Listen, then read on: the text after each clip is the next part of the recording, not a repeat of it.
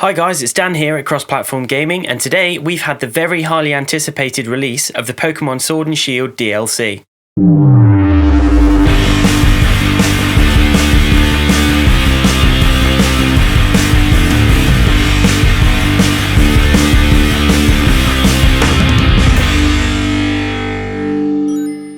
First up, I've always been a massive fan of the Pokemon series. In fact, I was never really interested in owning a Switch until the Let's Go games were released.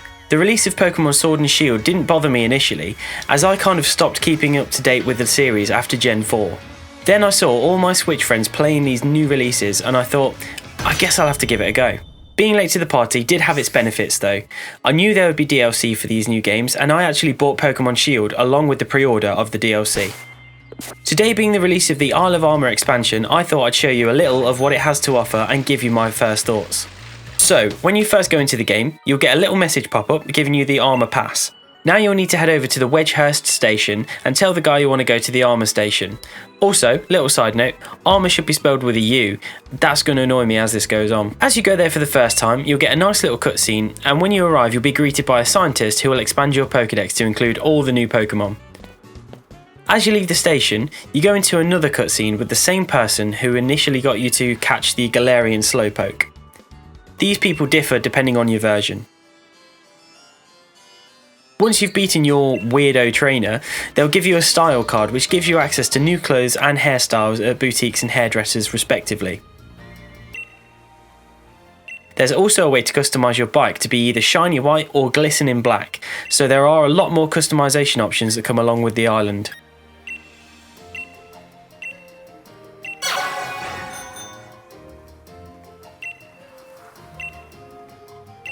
Now, this is the point where you're meant to head up to the Master Dojo, but I'm going to go for a little explore. The first thing I can see is that it seems very similar to the wild area, as it spans all around without any specific tracks to follow.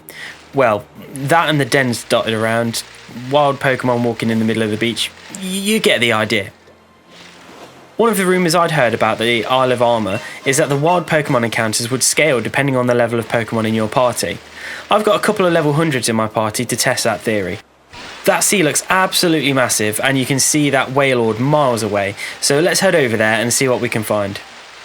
I also have a feeling that there's going to be a lot of very expensive items along with this expansion, because during my exploration there are ridiculous amounts of items dotted around that you can sell for large amounts.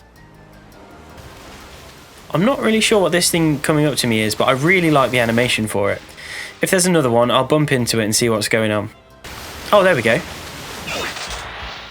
Oh cool, a Sharpedo. Gen 2 is one of my favourite out of all of the Pokemon games. I think it was the fact that they had a whole new region and Pokédex, but also kept the familiarity of the Kanto region. It just kind of resonated with me. I've also noticed that it's only level 60, so I assume that the scaling thing isn't true.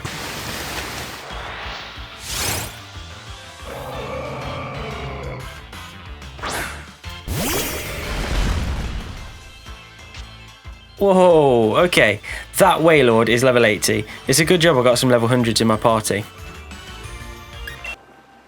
Off the main coastline and near the Wailord, you'll see an island with this woman on it. She asks for a new item in return for resetting your Pokemon's base stats. For those who have a more competitive background in Pokemon, that could be really useful. I guess we'll have to see how easy it is to obtain the Armorite. I'm going to show you a few of the different biomes now, and a couple of the challenge towers.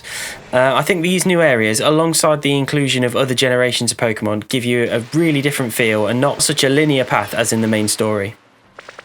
The cavernous areas in particular have a lot of different paths you can take, but aren't so big that you get lost, while the smaller islands off in the sea are small, but they give you a much needed break from the ravenous water Pokemon that will chase you.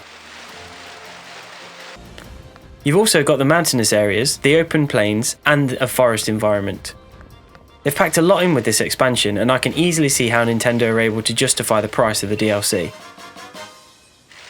When the second part is released later in the year, the expansion alone could be just as big as the main game.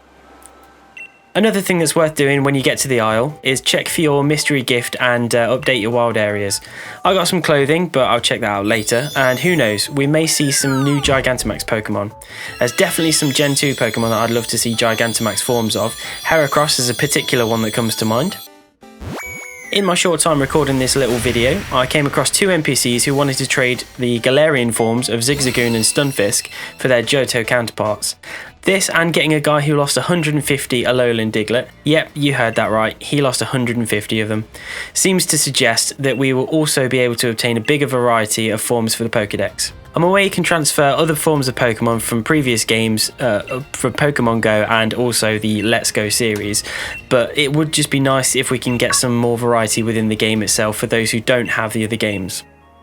Well, that's it for me, but I'll give you a sneaky look at the new legendary Kubfu in this cutscene. As always, let us know your thoughts in the comments below and please give us a like. Feel free to share the video, and if you like what you see, why not subscribe to us. From all of us here at Cross Platform Gaming, thanks for watching and stay safe.